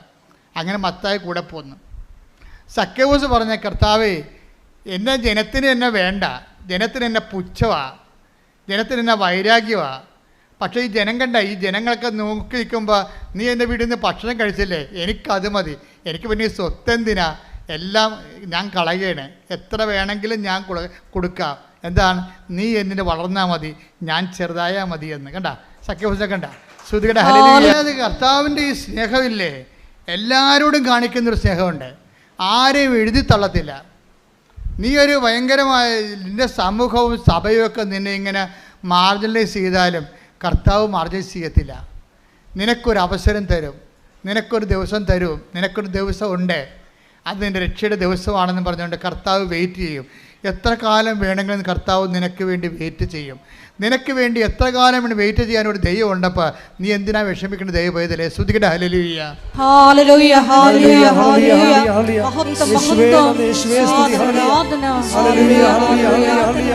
ശരി വന്നതാണ്. ഇപ്പം ഞങ്ങൾ തമ്മിൽ കോണ്ടാക്റ്റ് ഒന്നും ഇല്ല, പക്ഷേ ഇപ്പം ഇത് നിൻ്റെ വിഷയമായത് കൊണ്ട് ഞാനൊന്ന് പറഞ്ഞു നോക്കാം, ചിലപ്പോൾ ശരിയാവും, ചിലപ്പോൾ ശരിയാകത്തില്ലെന്ന് പറയും. പക്ഷേ അങ്ങനെ ഒരു പഴയ സ്നേഹത്തിൻ്റെ ഓൾഡ് സ്റ്റോക്ക് എന്നില്ലേ നമുക്കൊക്കെ ഉണ്ട്. പക്ഷേ ദൈവത്തിൻ്റെ സ്നേഹത്തിൻ്റെ ഓൾഡ് സ്റ്റോക്കില്ല. അത് എപ്പോഴെന്ന് പറയും, നമുക്കൊക്കെ ഉണ്ട്. എൻ്റെ ഒരു പഴയ സ്നേഹിതയായിരുന്നു, ഞങ്ങൾ ഒരുമിച്ച് പഠിച്ചതാണ്, ഇപ്പം എവിടെയാണോ ആവോ. നമ്മളങ്ങനെയല്ല പറയണത്. എൻ്റെ ഒരു പഴയ സ്നേഹിതയായിരുന്നു, ഞങ്ങൾ കോളേജിൽ ഞങ്ങൾ ഒരുമിച്ചുണ്ടായിരുന്നു, ഇപ്പം എവിടെയാണോ ആവോ എന്നാ നമ്മൾ പറയണത്. പക്ഷേ ദൈവം പറയത്തില്ല, എനിക്ക് പണ്ടൊരു സ്നേഹിത ഉണ്ടായിരുന്നു, ഇപ്പം എവിടെയാണോ ആവോ. അങ്ങനെ ദൈവം നിന്നോട് പറയത്തില്ല. ദൈവം പറയും, ഇപ്പോഴും എൻ്റെ കൂടെ ഉണ്ടെന്ന്. അതാണ് പറയുന്നത്, ഓരോ പ്രഭാതത്തിലും അവൻ്റെ നിന്നോടുള്ള സ്നേഹം പുതിയതാണെന്ന്. ശ്രുതികട ഹല്ലേലൂയ. വിലാപങ്ങൾ 3:22. വിലാപങ്ങൾ വിലപിച്ചുകൊണ്ട് പ്രവാചകൻ പറയണത് എന്താണെന്ന് നോക്കിയേ. കർത്താവിന്റെ സ്നേഹം ഒരിക്കലും അസ്തമിക്കുന്നില്ല. പറഞ്ഞ കർത്താവിന്റെ സ്നേഹം ഒരിക്കലും അസ്തമിക്കുന്നില്ല. അവിടുത്തെ കാരുണ്യം അവസാനിക്കുന്നില്ല. ഓരോ പ്രഭാതത്തിലും അത് പുതിയതാണ്. അവിടുത്തെ വിശ്വസ്തത ഉന്നതമാണ്. കണ്ടില്ലേ, ഉടമ്പടി വിശ്വസ്തത എന്ന് പറയുന്നത് എന്താണ്? അവിടുത്തെ വിശ്വസ്തത അചഞ്ചലമാണ്. എന്ന് വെച്ചാൽ നീ ഉടമ്പടി ഇട്ടും പോയാലും നിൻ്റെ ദൈവം നിൻ്റെ ഉടമ്പടി ഇട്ട് പോകത്തില്ല. മനസ്സിലായില്ലേ? നീ ഉടമ്പടി ഇട്ട് പോയാലും നിൻ്റെ ഉടമ്പടി, നിന്നോട് ദൈവം ചെയ്ത ഉടമ്പടി ഇട്ട് പോകത്തില്ല. അപ്പം നിങ്ങളാരും പറയരുത് പണ്ട് ഞാൻ ഉടമ്പടിയിലായിരുന്നു ഇപ്പം അല്ലെന്ന് പറയരുത്. കർത്താവ് പറയും ഇപ്പോഴും ആണെന്ന് പറയും. കാര്യം എന്താണ്? എനിക്ക് നിന്നോടുള്ള സ്നേഹം ഓരോ പ്രഭാതത്തെയും പുതിയതാണ്. കൈയടിക്കട്ടെ. ഹല്ലേലൂയ ഹല്ലേലൂയ ഹല്ലേലൂയ ഹല്ലേലൂയ യേശുവേ നന്ദി. ഹല്ലേലൂയ ഹല്ലേലൂയ ഹല്ലേലൂയ ഹല്ലേലൂയ ഹല്ലേലൂയ യേശുവേ ആരാധന ആരാധന ആരാധന ഹല്ലേലൂയ ഹല്ലേലൂയ ഹല്ലേലൂയ കാരുണ്യത്തിന് നേരവും ആരാധനയും സ്തുതിയും പുകഴ്ചയും ഉണ്ടായിരിക്കട്ടെ. പരിശുദ്ധ ദൈവകാരുണ്യത്തിന് നേരവും ആരാധനയും സ്തുതിയും പുകഴ്ചയും ഉണ്ടായിരിക്കട്ടെ. അപ്പോൾ നിങ്ങളെ പാപത്തെ അഡ്രസ്സ് ചെയ്യാത്തതിന് പകരം ദൈവസ്നേഹത്തെ അഡ്രസ്സ് ചെയ്യണം. അതിൻ്റെ ഫലം എന്താണ്? സ്നേഹത്തിൻ്റെ ഫലം എന്താണ്? സ്നേഹത്തിൻ്റെ ഫലം കൃപയാണ്. പറഞ്ഞ മനസ്സിലായില്ലേ? പാപത്തെ അഡ്രസ്സ് ചെയ്യാതെ എന്തിനെ അഡ്രസ്സ് ചെയ്യണം? ദൈവസ്നേഹത്തെ അഡ്രസ്സ് ചെയ്യണം. നിങ്ങളുടെ പത്രം കൊടുക്കുമ്പോൾ ദൈവസ്നേഹത്തെക്കുറിച്ച് കൊടുക്കണം. ഇന്നലെ ചാക്കോച്ച് ഒരു അപ്പച്ചൻ സാക്ഷ്യം പറഞ്ഞു. ചാക്കോച്ച് അപ്പച്ചൻ നമ്മുടെ ആദ്യം പറഞ്ഞ ജോസഫീന അമ്മച്ചിയുടെ ഭർത്താവാണ് ചാക്കോച്ച അപ്പച്ചൻ. അപ്പം അപ്പച്ചന് മരിച്ചുപോയ ആളാണ്. 4 അറ്റാക്ക് വന്ന് മരിച്ചുപോയപ്പോൾ അമ്മ കിടന്ന് കാറി. അമ്മ പണ്ട് 2019 ഉടമ്പടി എടുത്ത ആളാണ്. അപ്പം അമ്മ പറയണേ, കർത്താവ് അമ്മേ 2 കൊല്ലം കോവിഡായിട്ട് വരാൻ ഒത്തില്ല. പിന്നെ എനിക്ക് തോന്നി നിനക്ക് എന്നോട് സ്നേഹമില്ലെന്ന്. അതിനൊക്കെ മറുപടി വേണം ഇപ്പോൾ പറഞ്ഞുകൊണ്ടിരിക്കുന്ന പരിശുദ്ധാത്മാവ്. കേട്ടില്ലേ? അമ്മേ 2 കൊല്ലം 2019 ഞാൻ ഉടമ്പടി എടുത്തതാണ്. പിന്നെ 2 കൊല്ലം കോവിഡായ എനിക്ക് വരാൻ ഒത്തില്ല. അപ്പോൾ എനിക്ക് എൻ്റെ വയസ്സ് 60 അപ്പോൾ ഞാൻ ഓർത്തിന് 60 വയസ്സുകാർക്ക് പുതുക്കി കിട്ടത്തില്ലെന്ന് ഓർത്തുകൊണ്ട് ഞാൻ പിന്നെ ഉടമ്പടി ഉപേക്ഷിച്ചു. എൻ്റെ തിരി തീർന്ന്, എൻ്റെ ഉപ്പ് തീർന്ന്, എൻ്റെ അകപ്പാടെ ഉള്ളത് എൻ്റെ കാശുരൂപം മാത്രം. അമ്മേ, ഈ ഉടമ്പടി ഇപ്പോഴും നിലനിൽക്കുന്നുണ്ടെങ്കിൽ, ഈ കാശുരൂപത്തിൽ ഇപ്പോഴും നിൻ്റെ ശക്തി ഉണ്ടെങ്കിൽ എൻ്റെ മരിച്ചുപോയ ഭർത്താവ് തിരിച്ചു വരണം. അപ്പോൾ ഡോക്ടർ പറഞ്ഞ് തിരിച്ചു വരത്തില്ല, മരിച്ചുപോയി. എല്ലാ ഡോക്ടർമാരും വന്ന് പൾസെടുത്ത് പോകുന്നു, എന്നിട്ട് മരിച്ചുപോയി എന്ന് പറഞ്ഞു. അപ്പോഴേ ഇവൾ പറയും മരിച്ചിട്ടില്ല, അമ്മയുടെ അടുത്ത് ഞാൻ ഉടമ്പടി എടുത്തതാണെന്ന് പറയുമ്പോൾ 10 മിനിറ്റ് കഴിഞ്ഞ് അപ്പം കണ്ണു തുറക്കും. ഹല്ലേലൂയ ഹല്ലേലൂയ ഹല്ലേലൂയ. പരിശുദ്ധ പരമദിവ്യകാരുണ്യത്തിന് നേരവും ആരാധനയും സ്തുതിയും പുകഴ്ചയും ഉണ്ടായിരിക്കട്ടെ. എന്നിട്ട് ഈ അപ്പം പറഞ്ഞൊരു വാക്കുണ്ട്, അങ്ങനെ പറഞ്ഞ അടിപൊളി വർത്തമാനമാണ്. പണ്ട് ഞാൻ ഒരു പണി ചെയ്യായിരുന്നു. ഞാൻ കോവിഡ് കാലത്തൊക്കെ ഇവിടെ വരുമായിരുന്നു. കോവിഡ് കാലത്ത് ആരും ഇവിടെ വന്നില്ലല്ലോ. വന്നിട്ടുണ്ടായിരുന്നു, ഒത്തിരി ആൾക്കാർ വന്ന് വാതിക്കൽ നിന്ന് മാതാവേ എന്ന് വിളിച്ചിട്ട് പോകും. അത് വലിയൊരു കാഴ്ചയായിരുന്നു, സഹിക്കാനാവാത്തൊരു കാഴ്ചയായിരുന്നു. അമ്മേ എന്നൊക്കെ വിളിച്ചിട്ട് പോകും. അവിടെ ആ ഗേറ്റ് പൂട്ടിക്കിടന്ന ഗേറ്റൊക്കെ കണ്ടുകൊണ്ട് പോലീസൊക്കെ ഇവിടെ നിൽക്കുകയായിരുന്നു. ആരോടാണ് ഞങ്ങൾ സംസാരിക്കണത്? അവരെ അറസ്റ്റ് ചെയ്യാൻ വേണ്ടി. അത്രയും മോശമായപ്പെട്ടൊരു കാലം ഉണ്ടായിരുന്നു. അപ്പോൾ അമ്മേ എന്നവിടെ വിളിക്കും. അപ്പോഴേ ഇങ്ങനെ അമ്മയെന്ന് വിളിച്ചു കഴിഞ്ഞാൽ പറയും, അമ്മയുടെ എന്തെങ്കിലും പത്രം ഉണ്ടാകുന്ന ചോദിക്കും ബാക്കി. അപ്പോൾ ഇവിടെ 90,000 പത്രം ബാക്കി വന്നായിരുന്നു. കോവിഡ് തീരുമ്പോൾ, ലോക്ക്ഡൗൺ ആകുമ്പോൾ 90,000 പത്രം അമ്മയുടെ ബാക്കി വന്നായിരുന്നു. എന്നിട്ട് ഈ കോവിഡ് കാലത്ത് ഓരോരുത്തരും വന്നിട്ട് ഈ പത്രം വാങ്ങിച്ചുകൊണ്ട് പോകും. അവരെന്തെല്ലാം ചെയ്തെന്ന് നമുക്കറിയത്തില്ല. കാര്യം അമ്മയുടെ കൈയാണ് കാലാണെന്നും പറഞ്ഞാണ് ജനം ഇത് അനുഭവിച്ചത്. ഈ കാലഘട്ടങ്ങളിലെല്ലാം അവർക്കെല്ലാം അത് ശരിയായി തീരുകയും ചെയ്തിട്ടുണ്ട്. അപ്പോഴെന്താ, അമ്മയുടെ പത്രം വാങ്ങിച്ചുകൊണ്ട് പോയിട്ട് ഈ അപ്പം കുന്നംകുളത്തുകാരനാണ്, അർണാട്ടുകാരൻ എരുമപ്പെട്ടിക്കാരനാണ്. അപ്പോൾ ഈ അപ്പൻ എന്താ ചെയ്യണമെന്ന് വെച്ച് കഴിഞ്ഞാൽ ഈ പത്രം ഈ കോവിഡ് കാലത്ത് കൊണ്ട് നടന്ന് കാണുന്നവർക്കെല്ലാം പത്രം കൊടുക്കും. പിന്നെ അത് തീരുമ്പോൾ അടുത്ത മാസം വന്ന് കുറേ പത്രം മേടിച്ചുകൊണ്ട് പോകും. അമ്മയാണ് ഉടമ്പടി എടുത്തത്, അപ്പനാണ് ജോലി ചെയ്യണത്. എന്നിട്ട് ഈ അപ്പൻ അമ്മയോട് പറയും, അമ്മേ വെയിലത്ത് കൊണ്ട് ഈ പത്രം കൊണ്ട് അടയ്ക്കണേ. കോവിഡ് കാലത്ത് പത്രം കൊണ്ട് അടയ്ക്കുമ്പോൾ അപ്പൻ അമ്മയോട് പറയും, ആരോട്? പരിശുദ്ധ അമ്മയോട് പറയും, അമ്മേ നിൻ്റെ ജോലിയാണ് ഞാൻ ചെയ്യണത്, നിന്നെയും ചുമന്നുകൊണ്ട് നടക്കുകയാണ്, ഈ ചുമട്ടുകൂലിയെങ്കിലും തരണേ. തമാശ പറയണതാണ്. കാര്യം അവർക്കൊക്കെ സംസാരിക്കാനുള്ള സ്വാതന്ത്ര്യമുണ്ട്.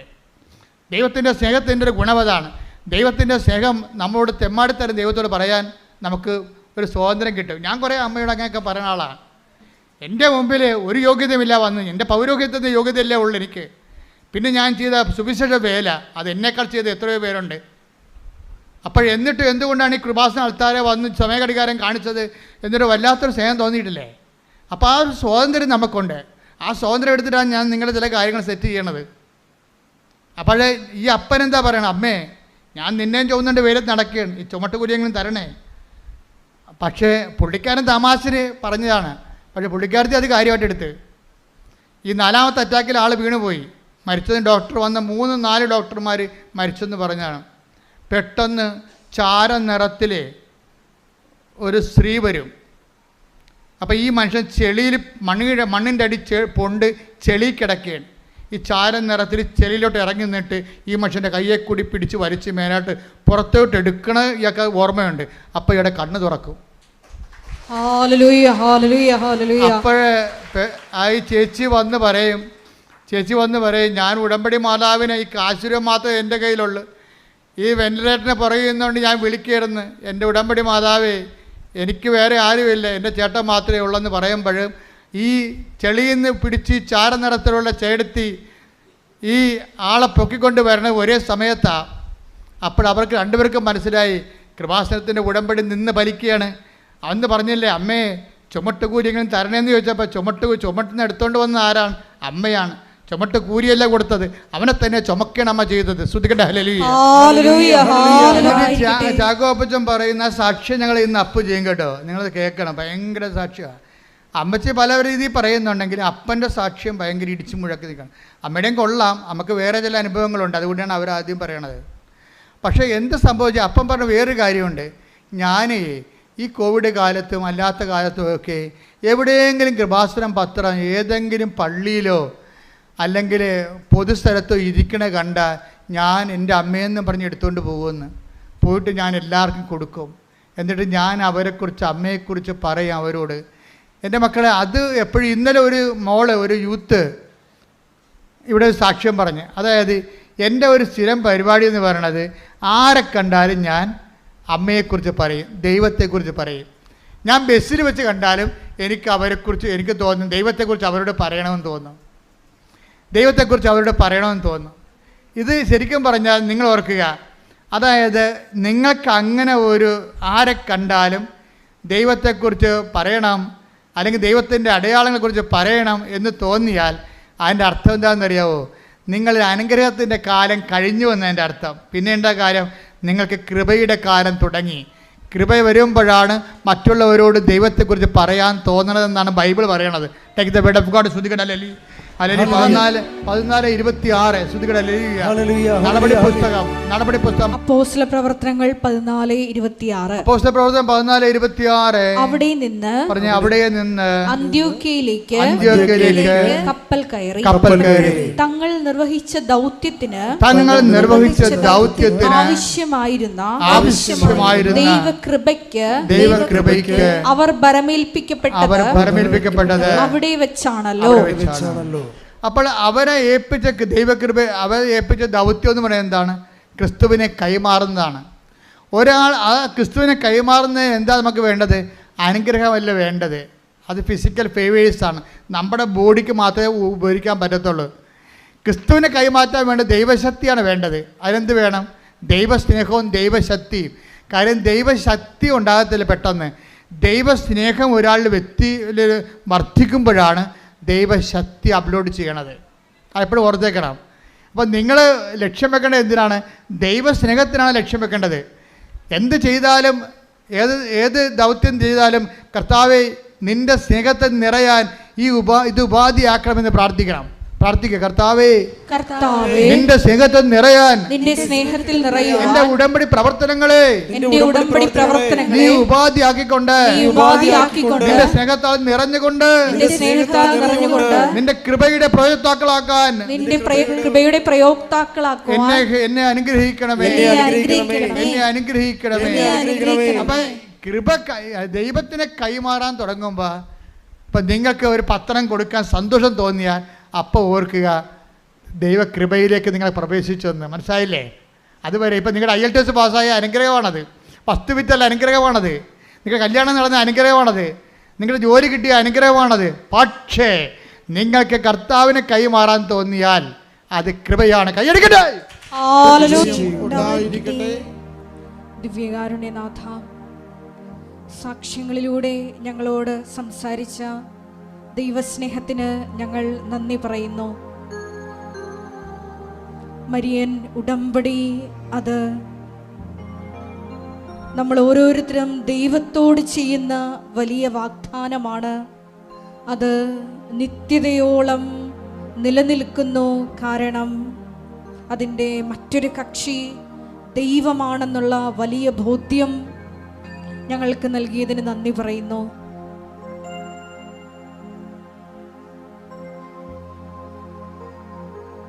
ചാക്കോ എന്ന വലിയ അപ്പച്ചൻ്റെ സാക്ഷ്യം ഞങ്ങൾ ശ്രവിക്കുകയായിരുന്നു.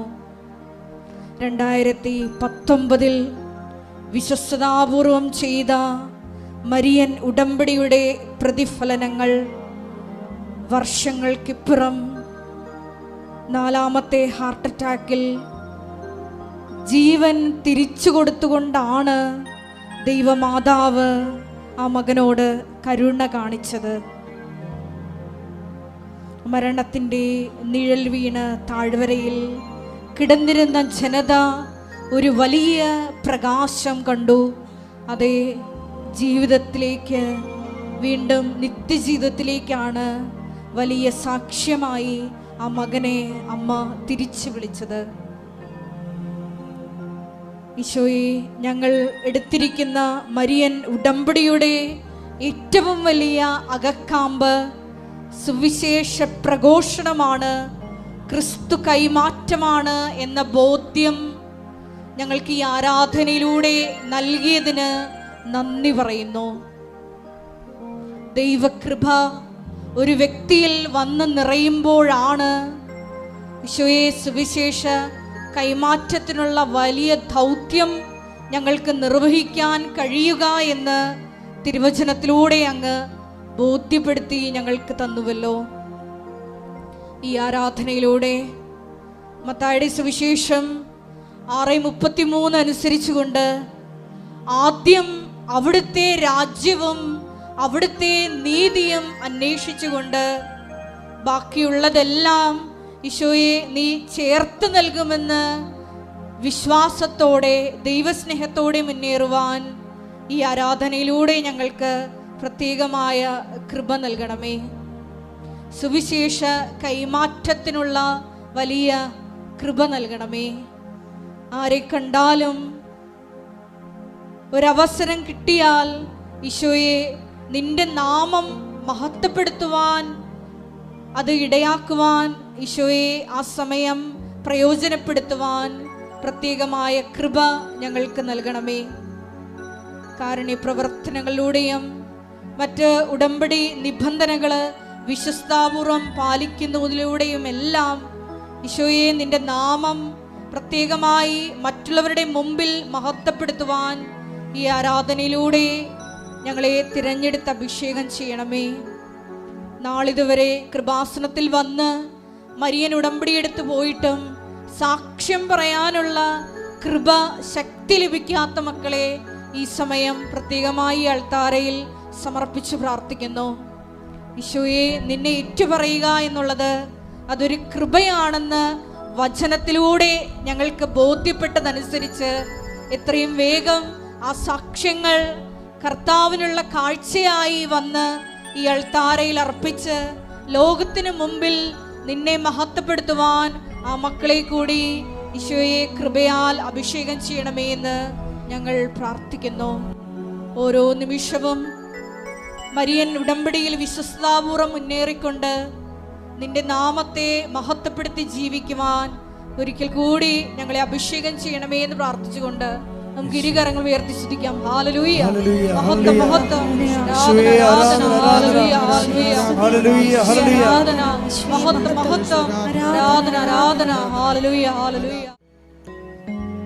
ഓ ദിവ്യകാരുണ്യനാഥ, ഉടമ്പടിയുടെ ലക്ഷ്യം ഉടമ്പടി മാത്രമെന്ന ആരാധനയിലൂടെ അവിടുന്ന് ഞങ്ങളെ എന്നറിയിച്ചുവല്ലോ.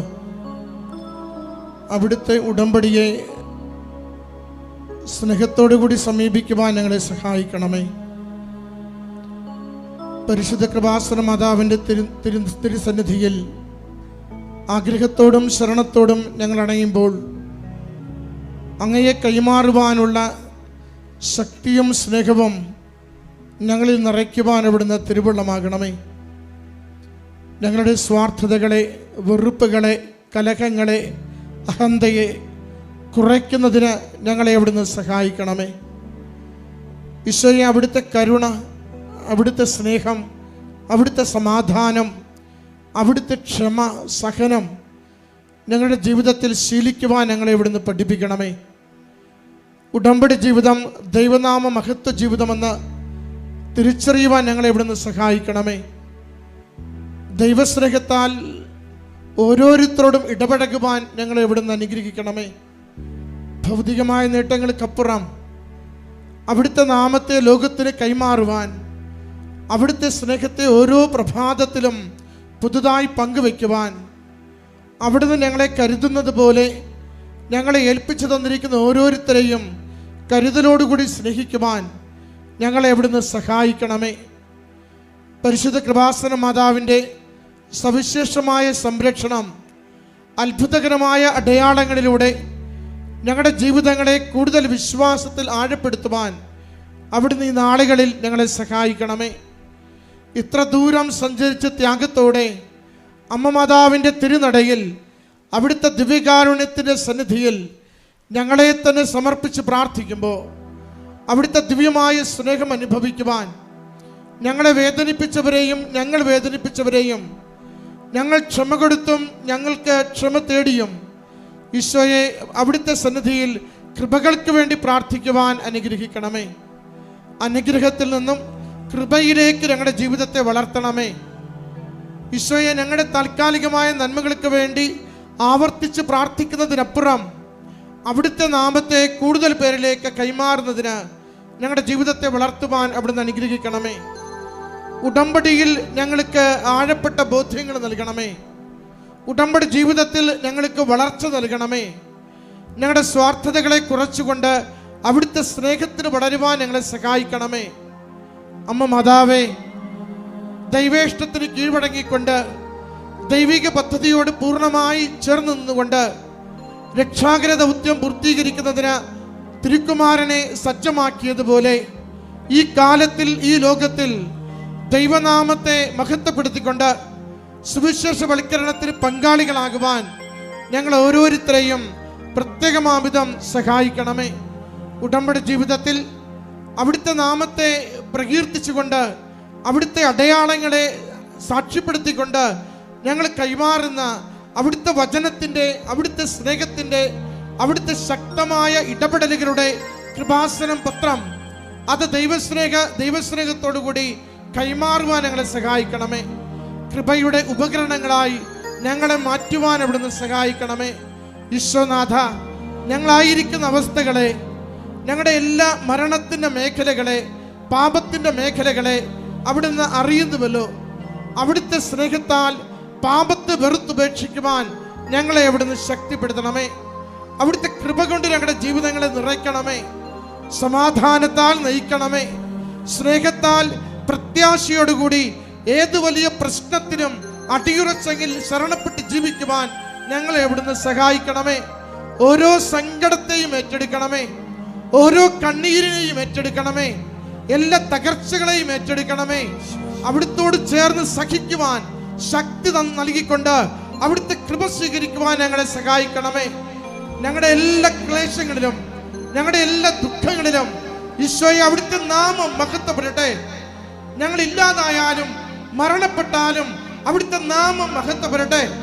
അങ്ങയ്ക്ക് വേണ്ടി ഓരോ നിമിഷം ജീവിക്കുവാൻ ഞങ്ങളെ അവിടുന്ന് സഹായിക്കണമേ. പ്രയോജനരഹിതരായ ദാസന്മാരെ പോലെ ഉത്തരവാദിത്തങ്ങൾ നിർവഹിച്ചുകൊണ്ട് ദൈവനാമത്തെ പ്രകീർത്തിക്കുന്നതിന് വേണ്ടി ഈ ഉടമ്പടി ജീവിതം ഉപയോഗിക്കുവാൻ ഞങ്ങളെ ഇവിടുന്ന് സഹായിക്കണമേ. ഈശോയെ, ഈ നിമിഷങ്ങളിൽ ഞങ്ങളുടെ ആത്മശരീരങ്ങളിലൂടെ, മനസ്സുകളിലൂടെ കടന്നു പോകുന്ന ഓരോ നിയോഗത്തിന്റെ മേലും, ഞങ്ങൾ ആഗ്രഹിച്ച് പ്രാർത്ഥിക്കുന്ന എല്ലാ അപേക്ഷകളുടെ മേലും അവിടുത്തെ ആശീർവാദത്തിന്റെ വലതുകരം വിരിക്കണമേ.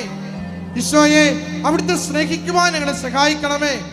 ഈശോയെ, അവിടുത്തെ കൃപ നിറയും വിധം അവിടുത്തെ ശക്തി നിറയുവാൻ അവിടുന്ന് സഹായിക്കണമേ. ഈശോയെ, അവിടുത്തെ കൈമാറുന്നതിന്, അവിടുത്തെ കുറിച്ച് സംസാരിക്കുന്നതിന് ഞങ്ങളുടെ അധരങ്ങളെ അവിടുന്ന് ശക്തിപ്പെടുത്തണമേ. ഞങ്ങളുടെ ഹൃദയത്തിൽ അവിടുത്തെ വചനം നൽകി സഹായിക്കണമേ. അവിടുത്തെ ദിവ്യ സ്നേഹത്താൽ ഞങ്ങളെ നിറയ്ക്കണമേ. ഒരുമിച്ച് അവിടുത്തെ നാമത്തെ മഹത്വപ്പെടുത്തി സ്തുതിച്ച് പ്രാർത്ഥിക്കുന്നു. ഹല്ലേലൂയ. യേശുവേ, സ്തുതി കർത്താവേ, ആരാധന മഹത്വം കർത്താവേ, നന്ദി കർത്താവേ, സ്തുതി കർത്താവേ. അവിടുത്തെ നാമത്തിന് മഹത്വം കർത്താവേ, അവിടുത്തെ കൃപയാൽ നിറയ്ക്കണമേ കർത്താവേ. ഹല്ലേലൂയ. സ്തുതി കർത്താവേ, ആരാധന. സന്തോഷത്തോടെ അമ്മയുടെ മാധ്യസ്ഥത്തിന് നമ്മളതിനെ സമർപ്പിക്കാം. കർത്താവേ, നിന്റെ വിശുദ്ധ പൗരോഹിത്യത്തെ മഹത്വപ്പെടുത്തണമെന്ന് പ്രാർത്ഥിക്കുന്നു. കർത്താവെ സഭയിലുള്ള സാന്നിധ്യം പ്രകടമാക്കണമെന്ന് പ്രാർത്ഥിക്കുന്നു. കർത്താവെ സ്തുതിക്കട്ടെ മക്കളെ. എന്റെ കർത്താവിന്റെ ഉന്നതമായ നാമത്തില് കർത്താവിന്റെ ഓരോ മക്കൾക്കും വേണ്ടി പ്രാർത്ഥിക്കുന്നു. കർത്താവെ കർത്താവെ നിന്റെ തിരുമുറ വാർന്ന് വലത് കരം ആണിപ്പെടുത്താറുന്ന അനുഗ്രഹത്തിന്റെ കരങ്ങള് ആണിപ്പെടുത്താറുന്ന അനുഗ്രഹത്തിന്റെ കരങ്ങള് ഓരോ മകന്റെ മേലും ഓരോ മകളുടെ മേലും കർത്താവെ പതിപ്പിക്കണമെന്ന് പ്രാർത്ഥിക്കുന്നു. കർത്താവെ കർത്താവെ സ്വർഗം തുറക്കണമേ. കർത്താവെ അങ്ങയുടെ പരിശുദ്ധ രക്തത്തിന്റെ വിലയായ പരിശുദ്ധാത്മാവിനാൽ അങ്ങയുടെ മക്കളെ നിറക്കണമെന്ന് പ്രാർത്ഥിക്കുന്നു. കർത്താവെ അസ്ഥിരോഗികള്, നടുവേദനക്കാര്, ഇടുപ്പല് വേദനയുള്ളവര്, സന്ധിബന്ധങ്ങൾ മരവിപ്പുള്ളവര്, മാംസപേശികളുടെ വേദനയുള്ളവർ, നീർക്കെട്ടലുള്ളവര്, വാതരോഗികള് കർത്താവിന്റെ നാമത്തിൽ സൗഖ്യം പ്രാപിക്കട്ടെ. ഈശോ ഈശോ ഈശോ നിന്റെ വിശുദ്ധ പൗരോഹിത്യത്തെ മഹത്വപ്പെടുത്തണമേ. കണ്ണുനീരോടെയാണ് അവർ വരുന്നത്. ഞാനവരെ ആശ്വസിപ്പിച്ച് പറഞ്ഞേക്കും. എന്നാൽ ചെയ്ത കർത്താവിന്റെ വാക്കുകള് ഇപ്പോൾ നിറവേറട്ടെ, ഇവിടെ നിറവേറട്ടെ. മക്കളില്ലാത്തവര്, സാമ്പത്തിക കടങ്ങളെ വലയുന്നവര്, ഭവനരഹിതര്, പഠിക്കുവാൻ നിവൃത്തിയില്ലാത്ത കുഞ്ഞുങ്ങള്, ജോലിയില്ലാത്തവര്, ജപ്തി നടപടി നേരിടുന്നവര്, നാട്ടിലെ ജോലിക്കും വിദേശ ജോലിക്കും തടസ്സമുള്ളവര്, പാർപ്പിടമില്ലാത്തവര്, തലചായ്ക്കാൻ ഇടമില്ലാത്തവര്, സമാധാനമില്ലാത്തവര്, മാതാപിതാക്കന്മാര്, ഭാര്യ ഭർത്താക്കന്മാര് പിരിച്ചു താമസിക്കുന്നവര് കർത്താവിന്റെ നാമത്തില് മാരകമായ തടസ്സങ്ങള്, ജീവിത ദുരിതങ്ങള് യേശുവിന്റെ നാമത്തിൽ മാറിപ്പോകട്ടെ.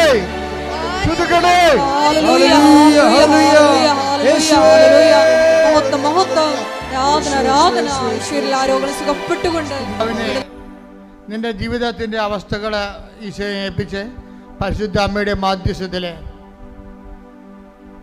അമ്മ മാതാവ് പ്രത്യക്ഷപ്പെട്ടിട്ട് ഒരു പ്രത്യേക പ്രാർത്ഥനാരൂപം നൽകണത് ലോകത്തിൽ ഇവിടെ മാത്രമാണെന്ന് ഓർക്കണം. അതുകൊണ്ട് തന്നെ നീ എടുത്തിരിക്കുന്ന ഉടമ്പടിയിൽ സത്യസന്ധത ജീവിക്കാൻ ആവശ്യമായ കൃപയ്ക്ക് വേണ്ടി ഇടിമുഴക്കം പോലെ ശ്രദ്ധിക്കട്ടെ. എല്ലാവരും വീണ്ടും നിങ്ങളുടെ ഉടമ്പടിയുടെ അവശേഷിക്കുന്ന വിശേഷങ്ങൾ പരിശുദ്ധമ്മയുടെ മാധ്യസ്ഥത ദിവ്യകാരുണ്യത്തിൽ സമർപ്പിക്കുന്ന ദൈവികമായ നിമിഷമാണ്. ഓൺലൈനിലുള്ളവരും പ്രാർത്ഥിച്ച് സമർപ്പിക്കുക.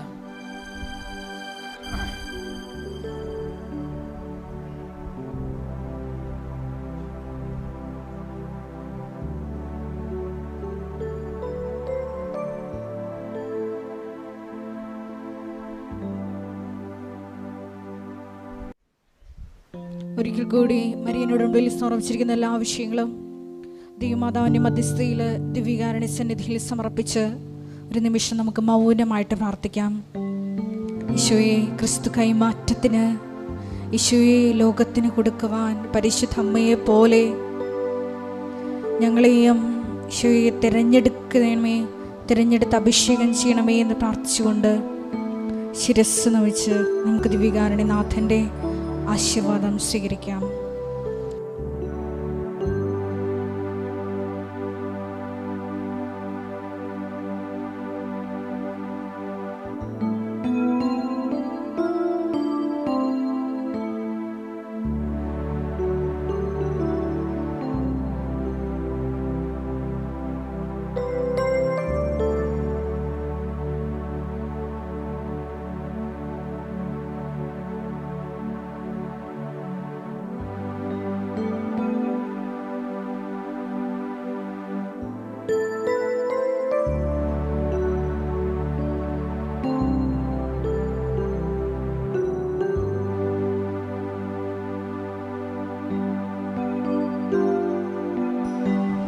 പരിശുദ്ധ പരമമാ ദിവ്യകാരുണ്യമേ, എന്നും അങ്ങേയ്ക്കായി